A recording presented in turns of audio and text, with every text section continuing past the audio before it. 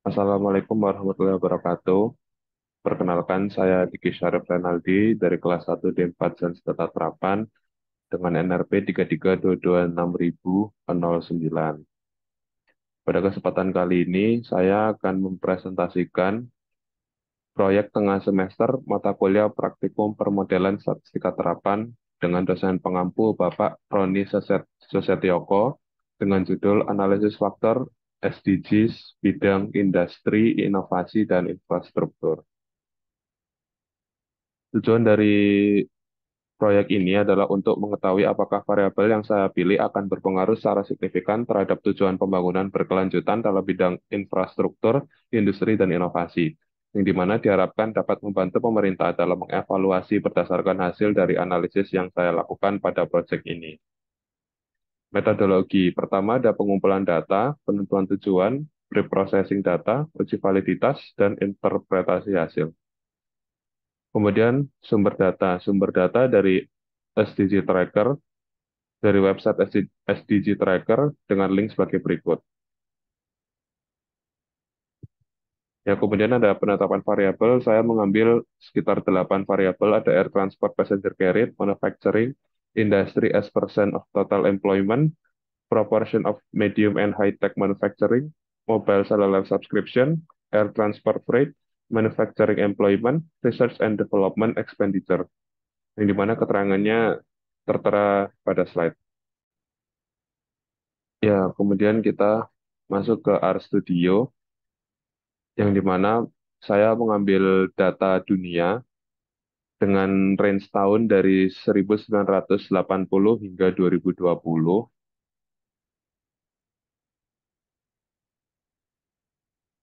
Lalu ini datanya, dan ya ini ada 8 variabel. Nah, lalu berikutnya dibuat statistik deskriptif, yang dimana itu menampilkan summary dari data. Lalu saya menampilkan histogram, plot histogram, yang dimana rata-rata dari data itu berdistribusi secara normal, namun ada dua variabel yang berdistribusi secara positif, yaitu air transport passenger carried dan mobile cellular subscription. Lalu kemudian ada matriks korelasi, lalu dibuat matriks korelasi yang bernilai true and false. Jika nilainya lebih dari 0,8, maka bernilai true. Di sini ada beberapa korelasi yang bernilai true, yang berarti korelasinya itu di atas 0,8. Lalu yang berikutnya kita lakukan uji KMO, yang dimana uji KMO ini kalau lebih dari 0,5 maka data tersebut layak untuk dilakukan analisis faktor, yang dimana data saya uji KMO-nya 0,72. Lalu dilakukan uji Bartlett. Eh, dari uji Bartlett ini menghasilkan nilai dari p-value kurang dari alfa yang bernilai 0,05, sehingga diputuskan tolak H0 dan disimpulkan bahwa terdapat hubungan yang signifikan antar variabel-variabel yang diuji. Lalu kita menentukan eh, ditampilkan script plot berdasarkan nilai eigen, yang dimana ini ada beberapa faktor yang dapat dilihat di sini. Pada faktor pertama itu dia nilainya paling tinggi, yang lainnya cukup rendah dan di bawah satu nilainya. Dapat dibuktikan dari ini. Faktor pertama nilainya 3, lalu satu, lalu turun, yang lainnya turun, turun, turun. Yang berarti faktor pertama ini dia lebih bagus. Dia paling terbaik. Ini juga sama seperti tadi. Lalu berikutnya ekstraksi dan rotasi faktor. Ya, berdasarkan ini, variabel air transport passenger carried, mobile seller subscription, air transport freight memiliki korelasi yang kuat dengan faktor satu, yang dibuktikan berdasarkan ini. Air transport ini nilainya sangat tinggi, mendekati satu. Lalu ada variable industry as of total employment, proportion of medium and high-tech manufacturing memiliki korelasi yang cukup kuat dengan faktor 2, meskipun industry as of total employment memiliki korelasi negatif. Ini 0,77 dengan negatif 0,7.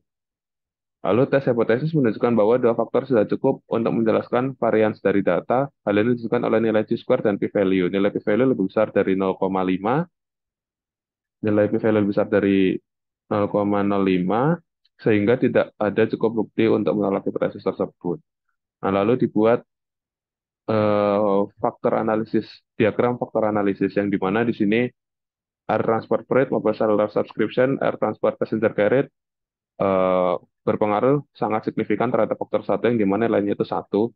Namun dua faktor lainnya itu kurang berpengaruh gitu karena 0,5 karena nilainya yang cukup kecil. Lalu pada faktor dua ini ada proportion of medium and high tech manufacturing dan industry of employment ini nilainya cukup signifikan yang dimana industri as total employment ini negatif 0,7 dan proportion ini 0,77. Namun pada manufacturing and employment dia kurang berpengaruh secara signifikan. Sekarang kita masuk ke kesimpulan.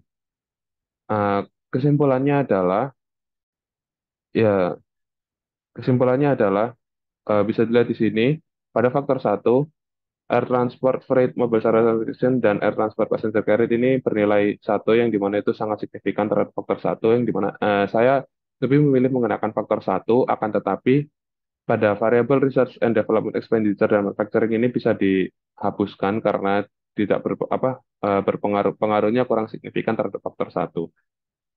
Namun bila dan evaluasinya adalah berdasarkan dari ini dapat kita simpulkan bahwa pada bidang air transport freight, mobile seller subscription, dan air transport passenger carrier, proportion of medium and high-tech manufacturing, industry of total employment ini dia cukup berkembang karena nilainya dia cukup tinggi, akan tetapi pada variabel-variabel lainnya itu dia kurang begitu. Nah, ini bisa dilihat di sini dari proportion of medium and high-tech manufacturing dia pada faktor satu itu kurang berpengaruh. Nah, namun yang lainnya ini bisa dilihat pengaruhnya itu juga kurang begitu bagus. Jadi dapat saya simpulkan evaluasi bagi pemerintah dunia adalah pemerintah dunia dapat meningkatkan kualitas dari apa namanya variabel-variabel yang kurang signifikan itu tadi. Jadi bisa berfokus pada bidang itu untuk meningkatkan kualitasnya agar bisa menjadi lebih baik. Ya mungkin sekian dari saya. Terima kasih. Wassalamualaikum warahmatullahi wabarakatuh.